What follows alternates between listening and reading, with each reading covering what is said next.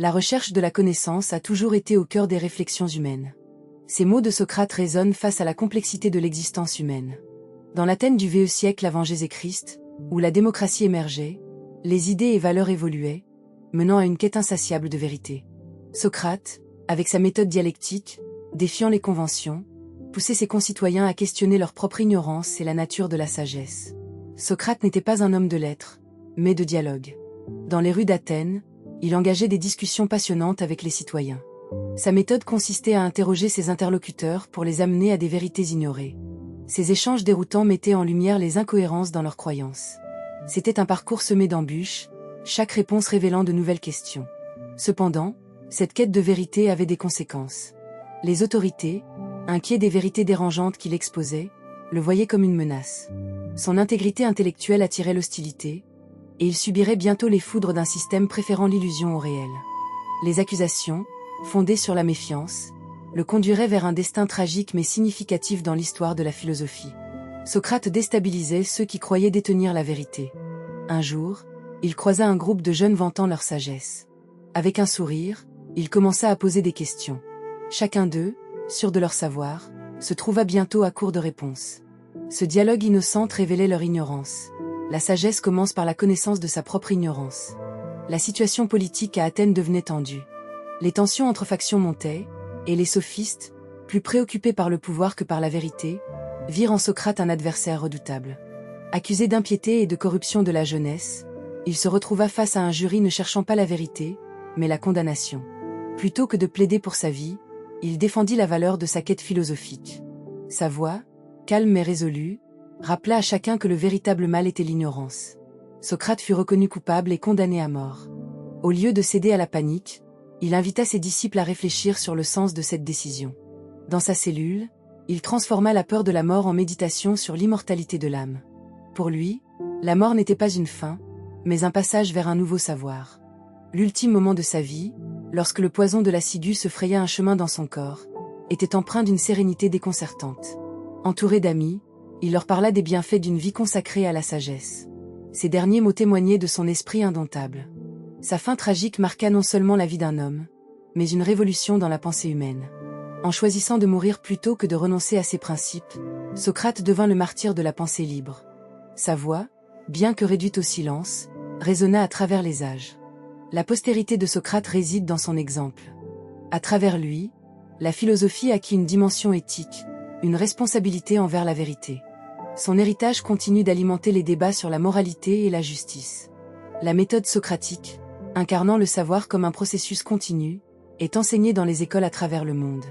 Ainsi, même après sa mort, Socrate vivait. Il avait transformé une culture, ébranlé un système, et ouvert des chemins vers une compréhension plus profonde de l'humanité et de l'univers. Sa légende, loin de s'éteindre, continue d'illuminer le parcours de la philosophie, comme un phare éternel guidant ceux qui cherchent à voir au-delà des ombres de l'ignorance. Les années qui ont suivi la mort de Socrate ont vu son influence croître, propulsée par les écrits de ses disciples, surtout Platon.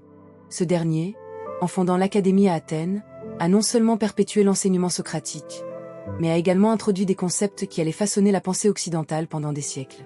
En enseignant la dialectique, Platon a démontré que la quête de la vérité était un chemin ardu, pavé de contradictions et de paradoxes, tout en rendant hommage à son maître. Dans un contraste frappant, l'Athènes de l'époque de Socrate était aussi un centre de créativité et d'innovation. Les arts et la science fleurissaient, mais la tension politique croissante obscurcissait ce merveilleux tableau. Les sophistes, dont les arguments, aussi séduisants soient-ils, étaient souvent vides de substance, avaient développé une rhétorique manipulatrice. Socrate, en revanche, s'opposait à cette superficialité. Il voyait dans l'ignorance un vice dont il fallait se libérer, et avec une ferveur dévorante, il s'efforçait d'en exposer les racines. Les salles de discussion étaient souvent bruyantes, les voix se mêlant dans une cacophonie d'idées, mais Socrate, avec son calme inébranlable, parvenait à établir un espace propice à la réflexion. « Je ne sais qu'une chose, c'est que je ne sais rien », déclarait-il avec une humilité déconcertante. Dans cette phrase résidait, paradoxalement, la plus grande sagesse. Il ne prétendait pas détenir la vérité ultime, il cherchait simplement à la découvrir, à travers chaque échange, chaque question posée. À travers les ruelles d'Athènes, il conversait avec tous, des artisans aux philosophes, cherchant à démêler les fils de la connaissance. Chaque interaction était une opportunité d'enseigner et d'apprendre. Socrate se déplaçait avec une aisance qui témoignait de son engagement envers son idéal. Ses disciples, fascinés par sa pensée, le suivaient, émerveillés par sa capacité à transformer des conversations banales en réflexions profondes.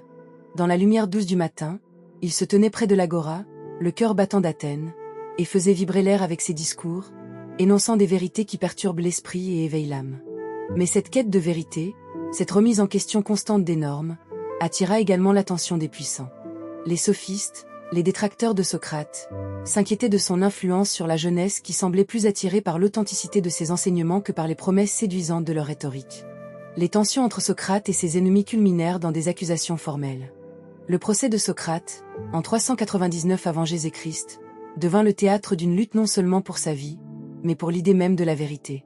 Le tribunal, composé de citoyens d'Athènes, était une assemblée hétéroclite, représentant un échantillon de la société.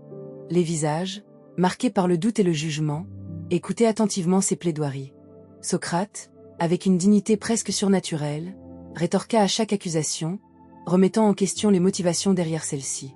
Il faisait appel à la raison, à la logique, mais même dans cette salle, le tumulte des passions humaines était palpable. Sa voix, claire et forte, transcenda les murs de la salle, mais il savait que l'issue était déjà scellée. La sentence prononcée, l'assidu se tenait devant lui, symbole de la fin inéluctable de son existence terrestre. Pourtant, cette perspective ne l'effrayait pas. Dans ces derniers instants, il invita ses disciples à considérer la mort non pas comme une punition, mais comme une transition vers une compréhension supérieure de l'existence. Sa vision de la mort était imprégnée d'une sérénité profonde, un reflet de sa vie consacrée à la recherche de la vérité. L'ultime moment de sa vie, lorsque le poison de l'assidu se fraya un chemin dans son corps, était empreint d'une sérénité déconcertante. Entouré d'amis, il leur parla des bienfaits d'une vie consacrée à la sagesse. Ces derniers mots témoignaient de son esprit indomptable. Sa fin tragique marqua non seulement la vie d'un homme, mais une révolution dans la pensée humaine. En choisissant de mourir plutôt que de renoncer à ses principes, Socrate devint le martyr de la pensée libre. Sa voix, bien que réduite au silence, résonna à travers les âges. La postérité de Socrate réside dans son exemple. À travers lui, la philosophie acquit une dimension éthique, une responsabilité envers la vérité. Son héritage continue d'alimenter les débats sur la moralité et la justice. La méthode socratique, incarnant le savoir comme un processus continu, est enseignée dans les écoles à travers le monde. Ainsi, même après sa mort, Socrate vivait. Il avait transformé une culture, ébranlé un système, et ouvert des chemins vers une compréhension plus profonde de l'humanité et de l'univers. Sa légende, loin de s'éteindre, continue d'illuminer le parcours de la philosophie, comme un phare éternel guidant ceux qui cherchent à voir au-delà des ombres de l'ignorance.